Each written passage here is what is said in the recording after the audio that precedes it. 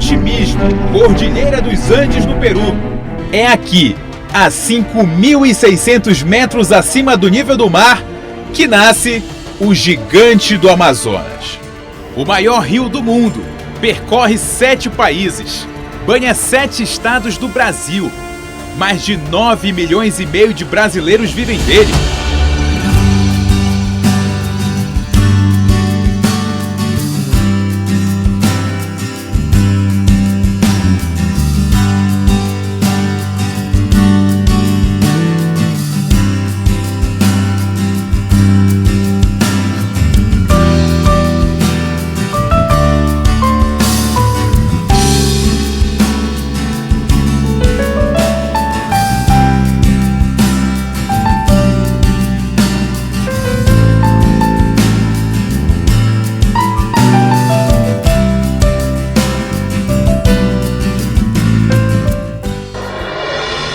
A partir de agora, você vai percorrer conosco cerca de 1.000 quilômetros. Ver lugares incríveis, inimagináveis, surpreendentes. Conhecer as cidades paraenses que nasceram a partir dele. E subir quase 200 metros e ver uma Amazônia completamente diferente, com histórias milenares e pouquíssimo explorada. E conhecer a história dessa gente simples, que sabe como receber quem visita a nossa terra. Café tá ótimo. Tudo isso remando, junto com esses aventureiros, pelas águas do Gigante Amazonas.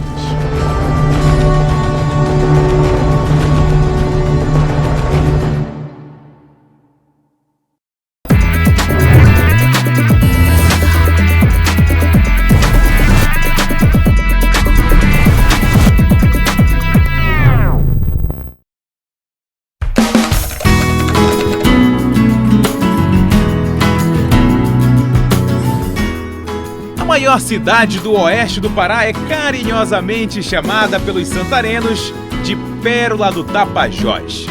E o rio de água azul esverdeada é responsável por um dos fenômenos mais incríveis da Amazônia em Alter do Chão, que fica a 30 quilômetros do centro de Santarém.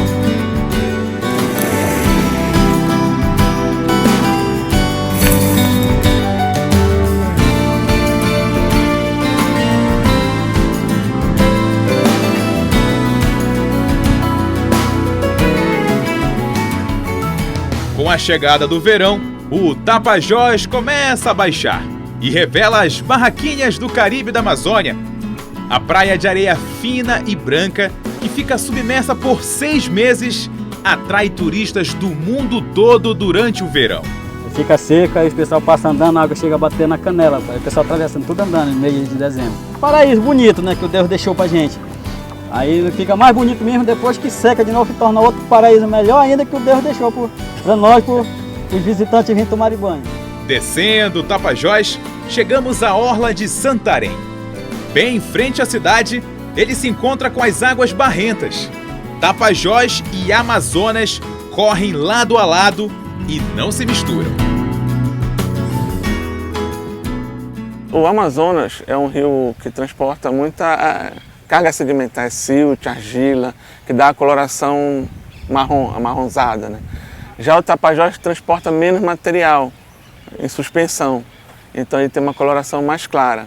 Então a densidade do Amazonas é maior do que a do Tapajós. Então ele empurra, o Tapajós empurra e não se mistura, né? Aí na descida do rio eles vão se misturando até ficarem uma coloração só. Pela primeira vez, 18 canoístas de todas as regiões do Brasil se encontram em Santarém para uma expedição inédita na Amazônia. Desde que eu comecei a me interessar por canoagem, a gente acompanha diversas expedições pelo Rio Amazonas, em embarcações, em caiaques, ou seja, em canoas.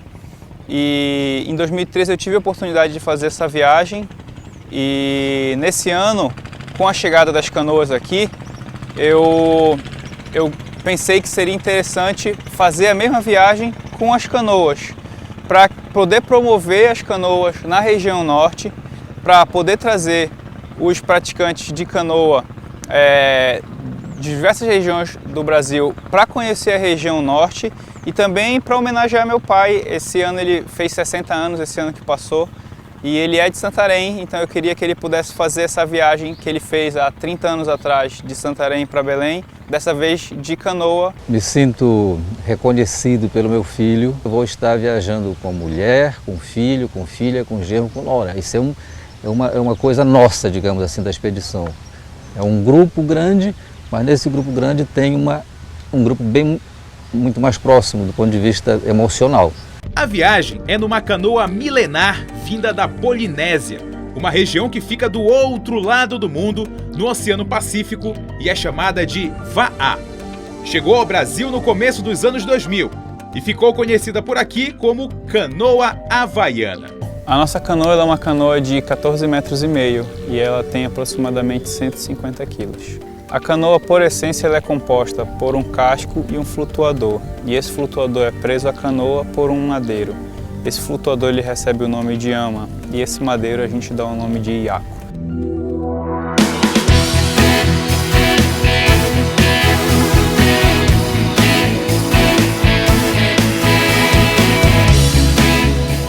Sinhá Pureza e Cabocla. As duas canoas havaianas que vão pela primeira vez desbravar o gigante numa viagem prevista para 10 dias. Do Baixo Amazonas, a partir de Santarém, passando pela Ilha do Marajó e chegando a Belém, a capital do Pará. São quase 1000 quilômetros de imprevisibilidade para quem nunca esteve na Amazônia. A manhã dos remadores começa um pouco antes do sol nascer. Tá chegando a hora de começar o grande desafio. A saída é nas águas do Tapajós, no Yacht Clube de Santarém.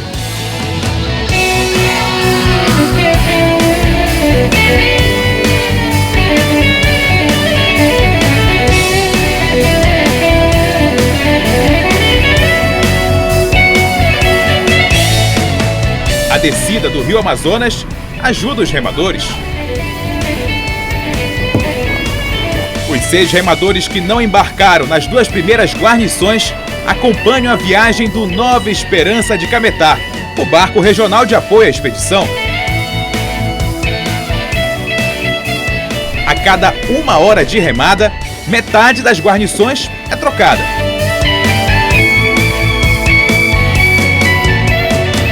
Dá o gás para poder dar continuidade à expedição, né? Reserva na reserva, é gás extra. Foi bom demais, cara. Putz. Vocês pegaram 2 trechos, não foi? Foi. Pegou a velocidade, cara. A gente ficava. Mas aí, né, tem que deixar os amigos ir, né? Apesar do bom começo, 6 canoístas estão remando por 2 horas seguidas, com apenas 1 hora de descanso. O corpo já começa a sentir o tamanho do desafio.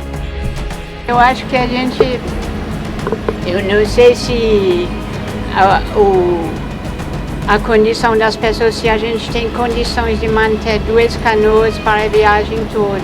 Na parada para o almoço, uma conversa para avaliar o começo da expedição. Mas uma proposta é, vamos sair em uma canoa com uma guarnição. E aí essa guarnição pesa 1 hora. Acabou, já sai daqui uma outra guarnição, entra, pesa 1 hora, já sai daqui uma terceira guarnição, pesa, e aí a gente bate aí os 15, bate uns 20, salvo engano o GEL marcou 20 km por hora, um determinado trecho da guarnição que estava remando no final. E assim a gente se preserva, chega lá, e amanhã, que é 70 km, os outros dias, que são quilometragens menores, a gente volta para as 2 canoas, né? Trocando 3 pessoas, etc. O que vocês acham? O interessante é a gente ter o gostinho de falar, não, remamos, viemos para o Amazonas, remamos, andamos um pouco de barco e remamos pra caramba, né? Acho que vai ser interessante, porque uma oportunidade para mim vai ser única, não sei se é o ano que vem eu tô por aí, né? Tem que aproveitar, né? Uma ideia que a gente pode ter, a galera quer remar, a gente pode descer, agora o sol está mais forte, a gente pode descer em uma canoa, faz 2 trocas bem fortes, quando chegar mais lá na frente a gente já deu um estirão maior e depois volta as 2 canoas. Pode fazer assim, então. A cabocla segue a reboque e os remadores passam a contar até com quem só teve um único treino de 45 minutos. Assim, seguimos viagem. Tudo bem? Como é que vai? Legal, né? O barato dessa remada aqui, gente, além de ver que o rio tem de mais bonito, que o rio tem de mais desafiador, é da gente poder ter esse contato com as pessoas que vivem na margem dele, que vivem desse rio. E a gente pode receber esse carinho, essa energia deles aí durante a remada, que vai certamente dar muita força e energia positiva para a gente seguir o nosso destino aí durante a nossa viagem. Já no final do dia, depois de 12 horas de remada, a expedição chegou a Monte Alegre. Foi duro para chegar aqui, aquele pôr do sol lindo, né, que tava, mas foi bastante cansativo, né? Mas foi super show. Agora você chega todo orgulhoso de ter feito 120 quilômetros, né? A gente saiu de Santarém ansioso, de repente se chegaria aqui, imaginando que a gente ia remar noite adentro, se arrastar. A gente se arrastou, mas a gente não precisou chegar a noite adentro. Saindo do rio e pegando a estrada. Estamos na PA 255, que leva ao Parque Estadual de Monte Alegre. Irivaldo é o guia e nos acompanha numa viagem surpreendente.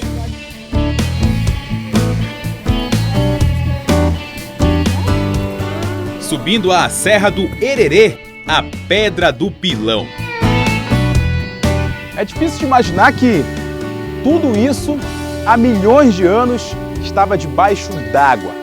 Com o passar de todo esse tempo, a Amazônia ganhou um cenário completamente diferente do que estamos habituados a ver. Uma região incrível, surpreendente, onde hoje o rio está lá embaixo e abriga a cidade de Monte Alegre. Um imenso lago de água doce, que foi, lógico, baixando para o leito onde hoje é. E o que era areia se solidificou e virou as montanhas, onde muito tempo depois os homens fizeram suas gravuras, suas pinturas rupestres por todo o parque. A vegetação inteira é uma vegetação de cerrado, né? Vegetação de pequeno porte.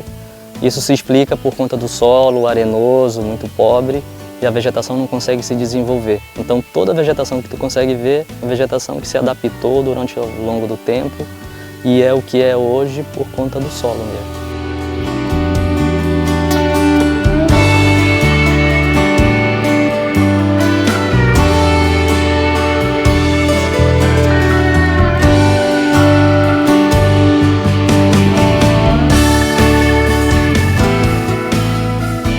O parque ainda abriga várias cavernas.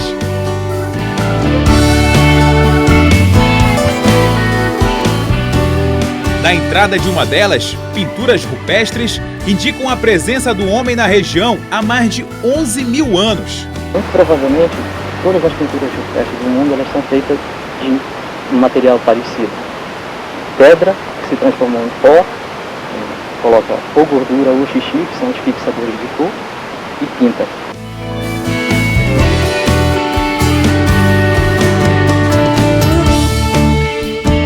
Num dos pontos da serra, um calendário gravado nas paredes. É o registro do dia a dia dos antigos habitantes da Amazônia. Eles contavam a lua, as luas, e ele tem 51 quadrinhos, que corresponde mais ou menos a 51 luas anuais. Os habitantes daqui são considerados mais antigos da Amazônia. Ver esses desenhos, né, na pedra remete a um tempo muito antigo. Você imaginar como isso era feito, como isso marcava o tempo deles. Eu vim preparada para um rio Amazonas. Tá show de bola esse conhecimento. No próximo bloco, os remadores enfrentam o primeiro grande desafio. O rio Amazonas vira mar? O Expedição Pará volta já já. Hip, ho!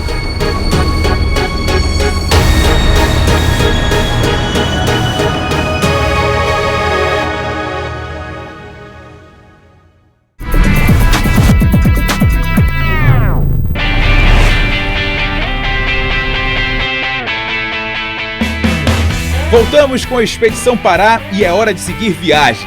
Os canoístas enfrentam um dos menores trechos da expedição, 70 quilômetros de Monte Alegre até Prainha. A estratégia de uma única canoa na água ajudou a manter os remadores num bom ritmo e sem desgaste físico.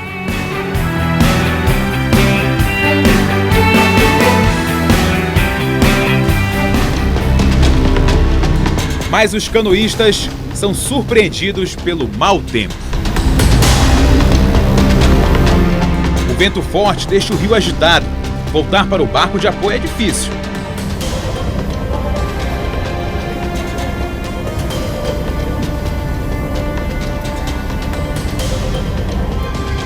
Igor segue na canoa, mas com dúvida. Leva sem a pureza para a margem do rio e espera o tempo melhorar, ou mantém a canoa atracada ao barco de apoio? Sem alternativa. A chuva forte coloca em risco a segurança de Igor e João. Sai daí, cara! João! Tu não vai fazer nada aí, velho!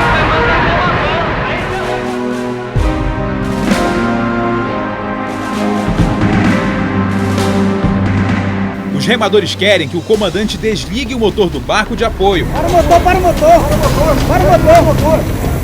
Mas isso coloca em risco a navegação. A ideia então é tirar assim a pureza da água. A tripulação tenta ajudar. Várias cordas são amarradas a a pureza, que está afundando. Quando decidem retirá-la do rio, a outra canoa, a Cabocla, que estava sendo rebocada, também está em risco. Os canoístas pulam na água para não deixá-la se chocar contra o barco de apoio.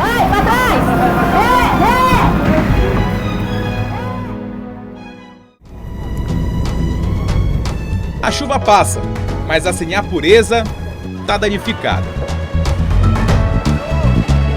Houve o comando de sair da água, porque o nosso protocolo prevê que tem raio, a gente vai sair da água. Quando se saiu da água, a gente já estava praticamente dentro da tempestade. Era praticamente impossível a canoa descer os tripulantes e a canoa ser atracada com segurança. Um temporal se formou, como estava formando em nossa frente, é claro que ele vem.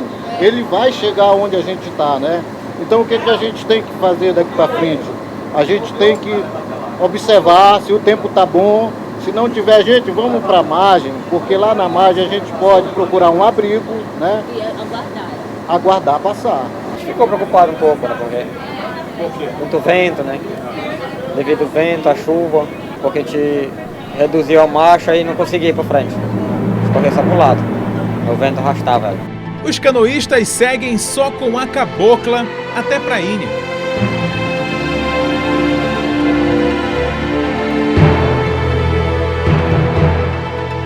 Eu só fui entender a mensagem do Gel, que era para encostar mesmo, quando ele falou: João, tem que ser agora, ou é agora ou é agora.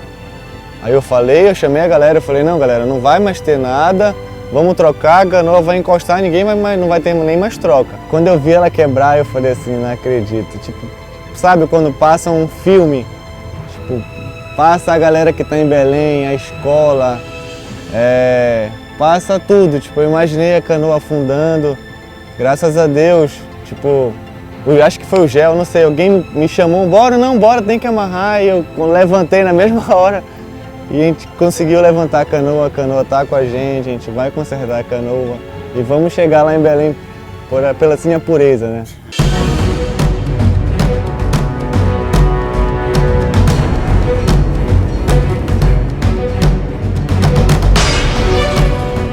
A expedição decide ficar um dia em Prainha para juntar Pureza e Cabocla em uma única canoa. Mas não é possível porque as peças não se encaixam. O comandante do barco garante o almoço da tripulação, enquanto os canoístas tentam entender o que aconteceu na tarde anterior. Se não tivesse uma expedição só com a canoa havaiana, tu tem que se virar. Ou você pula na água, segura a ama, entendeu? É pauleira, mas você não pode perder o equipamento. Naquele trecho ali, você vê como é o acaso, né? A gente estava entre dois bancos de areia, estava exposto a um potencial problema. A parada também é providencial para a Vicky. Ela precisa de atendimento. Eu bati de bicicleta, aí o bicicleta... Tá com quantos dias que a senhora bateu? Uma semana. Uma semana que bateu a perna. Já tá dias me incomodando. Aí hoje eu acordei vomitando. E inchou mais a perna. Após o retorno com o médico, recebe a notícia de que vai ficar no hospital. A indicação prévia já é dela não remar mais, porque o calor vai complicar mais ainda o quadro infeccioso. Né? Para amenizar o climão, os remadores resolveram sair do barco para conhecer Prainha. Seguindo o linhão que leva parte da energia da hidrelétrica de Tucuruí para Manaus, no Amazonas, a expedição chega à comunidade quilombola no Lago dos Banguelas.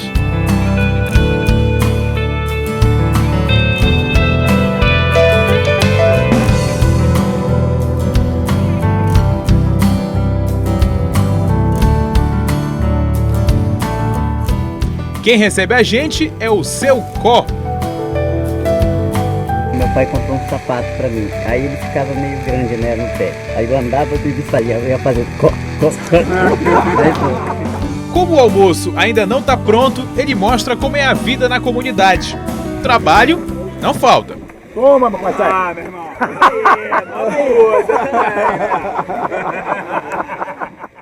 A produção de farinha de mandioca é o principal sustento das 80 pessoas que vivem aqui, e todos participam desse processo.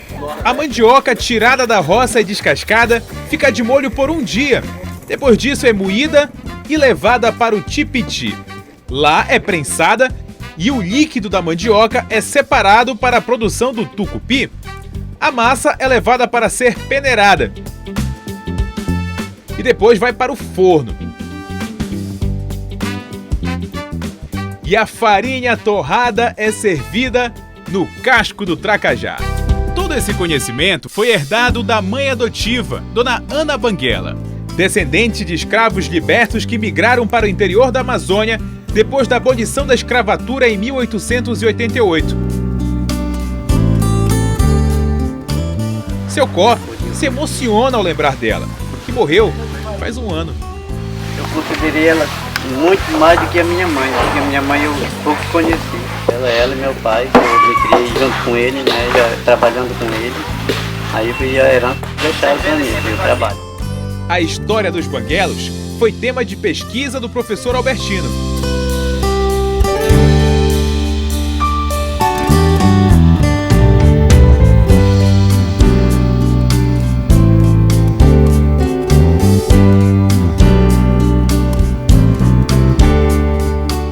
Descobrimos que essa denominação é dada a um povo que veio de Angola, da África, para o Brasil como escravo no período de colonização. Após a abolição da escravidão, essa população procurou refúgio com medo do processo de escravidão que ainda era recente e muito forte. E fixaram um lugar, fixaram residência no local. Dona Ana Banguela, como é conhecida, né, tornou-se a matriarca do local. Todas as decisões tinham que passar por ela. Tudo que era decidido em prol da comunidade tinha que ter a aprovação dela. E o mais incrível, né, que infelizmente a Dona Ana ela não teve filhos. Os que chamavam ela de mãe eram na verdade sobrinhos e um adotivo, né, mas ela nunca teve filho, então eles consideravam ela como mãe. Por isso a importância, por isso o respeito que a comunidade tinha perante ela. Até hoje, os ensinamentos de Dona Ana Banguela são seguidos. Um deles, receber bem quem vem de fora. Mesmo se a visita entrar pela noite. Quando a noite chega, a Dona Bem-vinda costuma tomar um cafezinho quentinho que ela mesma colheu e torrou lá no quintal da casa dela. Só que as lamparinas servem para não deixar a nossa conversa totalmente na escuridão. Como é que é viver sem energia elétrica, com o linhão passando tão pertinho aqui da gente? Aqui em casa a gente acende as lamparinas de noite. Quando chega a hora de deitar, a gente apaga as lamparinas e entra para deitar. Ô Sara, aqui não tem ventilador, Não tem nada. Não tem geladeira? Não tem ventilador, não tem geladeira, não tem, porque a gente não tem energia. Nem TV? Nada, não tem TV, nada. A nossa energia é a lamparina. E a novela? Já não assiste a novela, não? A gente embarca no casco e vai até onde tem a casa para assistir a novela. Vamos ver a novela hoje? Vamos.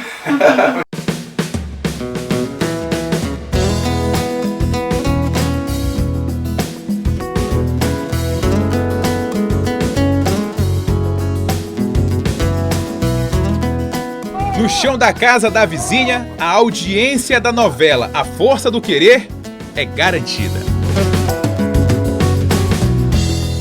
Depois da novela, teve festa em frente à Igreja Matriz de Prainha. Os canoístas foram convidados para uma roda de carimbó.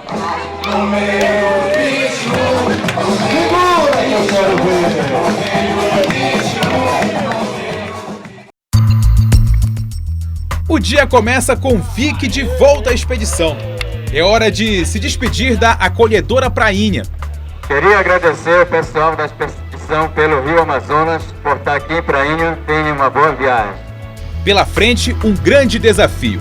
Remar 320 quilômetros nos próximos 3 dias. Mas enfrentar o gigante Amazonas não é algo simples. Tá melhorando. E os canoístas estão se aproximando da Ilha do Marajó. Você vai viajar por Curupá, a região que guarda a rica história da Amazônia antes da chegada dos portugueses. Expedição Pará volta já já. Hip Ho!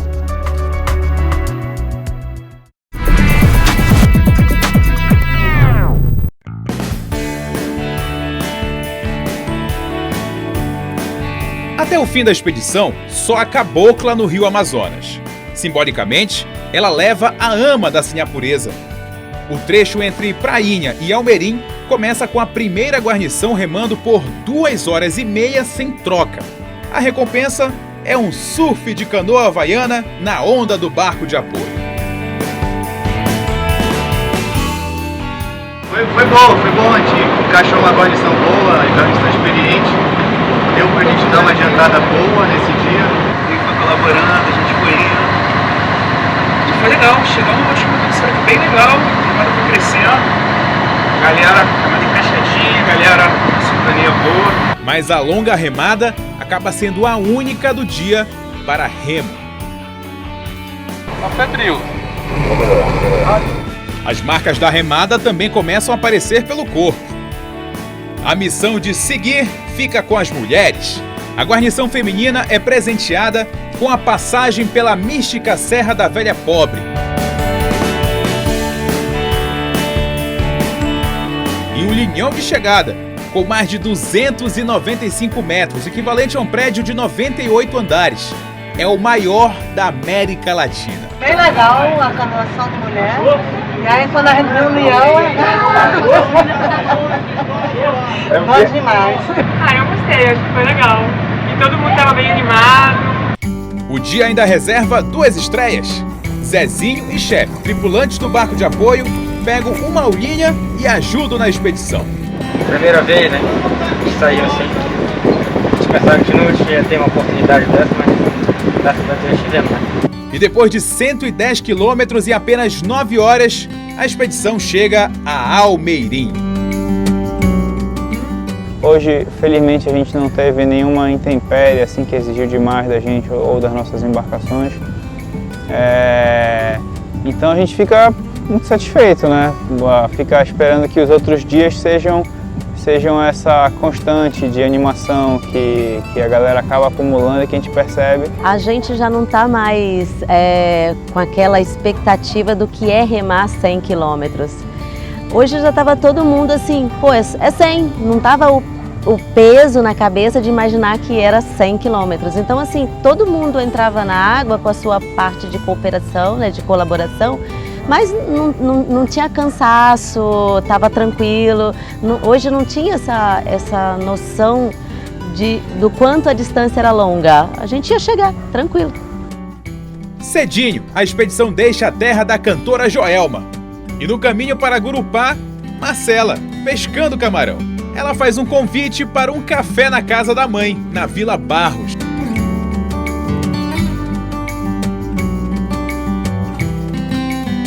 Dona Maria faz questão de receber os visitantes. Todas as pessoas que chegam em casa, eu gosto de dar um café, oferecer um suco.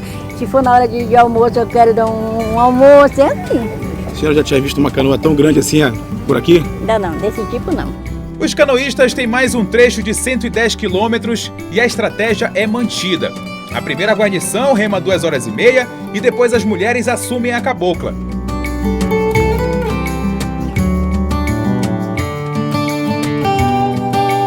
Mas a tranquila viagem tem que enfrentar mais uma chuva no Amazonas. A guarnição decide ficar na água. Só que dessa vez, os remadores procuram a margem do rio. Percebi que era uma chuva mais tranquila e eu falei para todo mundo da guarnição que dava para seguir, dava para ir legal. Começou a entrar o vento, aí eu apertei pro Rostan. O Rostan é daqui, né? Eu falei, Rostan, isso é banzeiro de novo? Ele falou, não, é só vento, né? É porque tava chovendo lá pro lado do Amapá. Ele deu a indicação que lá para a esquerda é do Amapá, ali entra para o Amapá, tá chovendo para lá. Aí a gente foi, só pegou aquela rebarba. Aí caiu a chuva, pô, refrescante pra caramba, aí foi curtição. E assim os canoístas vencem mais 110 quilômetros e chegam a mais uma cidade paraense.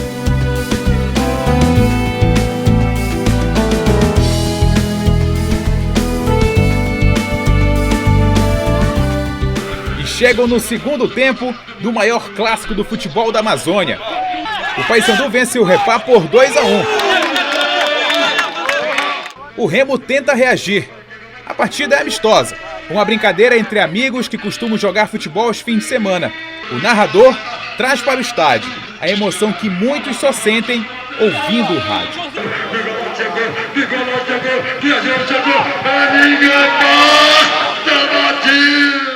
Rapaz, eu acho que é muita emoção, né? Porque nem a gente que nunca teve a oportunidade de assistir, que já foi em Belém, mas nunca assistiu o clássico desse, eu acho que é emocionante muito demais. A diferença para mim é que lá o estádio é cheio, né? É cheio. Nós aqui só nós mesmo jogador e os amigozinhos pelo lado. Mas só essa a diferença? É só essa a diferença, mas que dentro de campo pega fogo, o negócio pega fogo do mesmo jeito, né? Mas não é apenas o clássico centenário que mantém os sonhos em Gurupá. O Anderson Silva e Vanderlei Silva são irmãos. Nomes quase idênticos aos dos astros que já brilharam no UFC, o maior evento de MMA do mundo. Mas os desafios deles não estão só no octógono. Trabalho no provedor de internet, trabalho durante o dia, treino 2 horários, treino no horário de 2 horas e treino à noite, das 9 às 11. É puxado também, porque a gente sobe em torre, a gente desce de torre. E pra à noite o cara ir treinar. Aqui a gente faz o básico, na verdade, porque nós não temos um apoio. O evento de MMA acontece pela 3ª vez em Gurupá. A organização é simples, mas mesmo com os imprevistos, conseguiu atrair lutadores de outras localidades. É o caso do Wanderson Panda. 12 horas de viagem de barco. Na realidade é um longo caminho a seguir, né? Hoje eu tenho uma vida, graças a Deus, estabilizada, eu sou policial militar, sou tenente da Polícia Militar do Estado do Amapá, mas é um grande sonho que eu tenho de entrar no evento internacional, no UFC. E eu venho gradativamente subindo o degrau. Mas os duelos internacionais nem sempre estiveram longe daqui. Diferentemente de hoje, a Gurupá antiga teve papel fundamental nos conflitos que marcaram a história da Amazônia. Foi daqui do Forte Santo Antônio, às margens do rio Amazonas, que partiram várias expedições que combateram a ameaça estrangeira. No começo dos anos 1600, os holandeses ocupavam a região.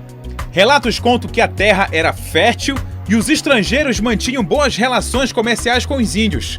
Por isso ergueram o Forte Mariocaí. Mas depois de vários conflitos, os portugueses passaram a controlar a área e construíram um novo forte, maior e bem estruturado. Por definição da sua forma, né, e a função, ele é considerado uma fortaleza, né? Talvez não tenha uma dimensão como uma fortaleza do São José de Macapá ou do Príncipe da Beira, né, na fronteira lá com a Bolívia, né? Mas ele é considerado uma fortaleza, por quê? Porque ele representava a cidade, num local estrategicamente colocado para controlar a passagem ali no rio Amazonas, né? Essa era a função do Forte Santo Antônio de Gurupá. Durante 2 décadas, inúmeras expedições saíram de Gurupá para conter o avanço de holandeses, ingleses e espanhóis. Arqueólogos do Museu Emílio Guild realizaram várias pesquisas em Gurupá. Encontraram mais de 50 sítios arqueológicos que comprovam.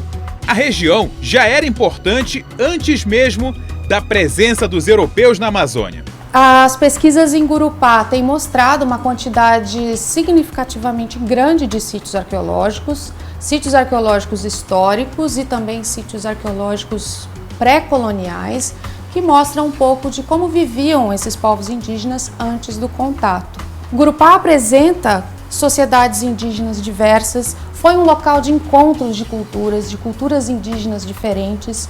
O material recolhido nos sítios arqueológicos em Gurupá demonstram essa diversidade de povos indígenas, de línguas indígenas que interagiram, e isso a cultura material pode nos mostrar. Eu diria que Gurupá, assim como diversas outras localidades e diversos outros municípios da região amazônica, tem uma história muito mais antiga e muito mais longa do que a própria história do Brasil.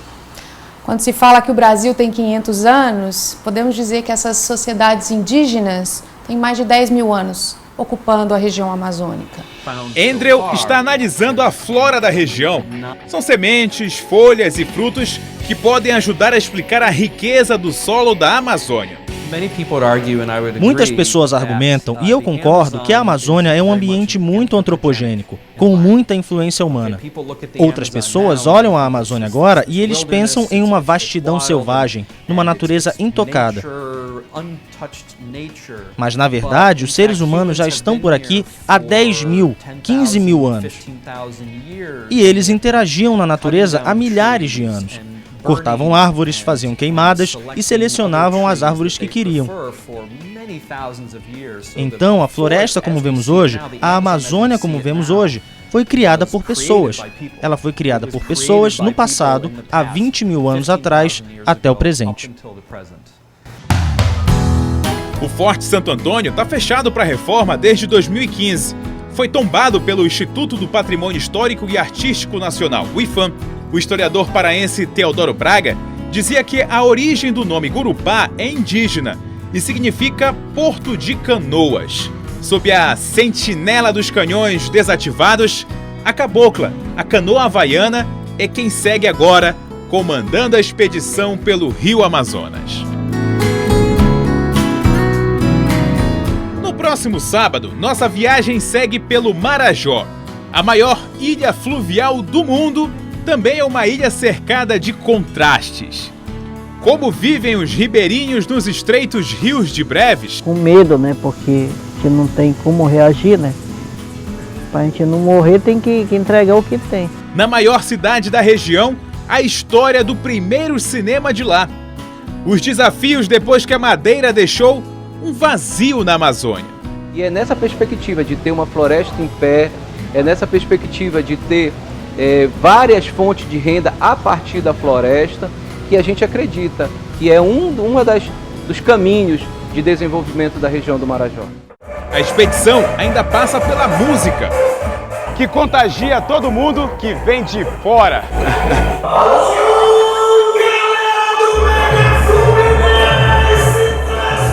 E a desafiadora Baía do Marajó. O destino é a capital Belém. Não perca!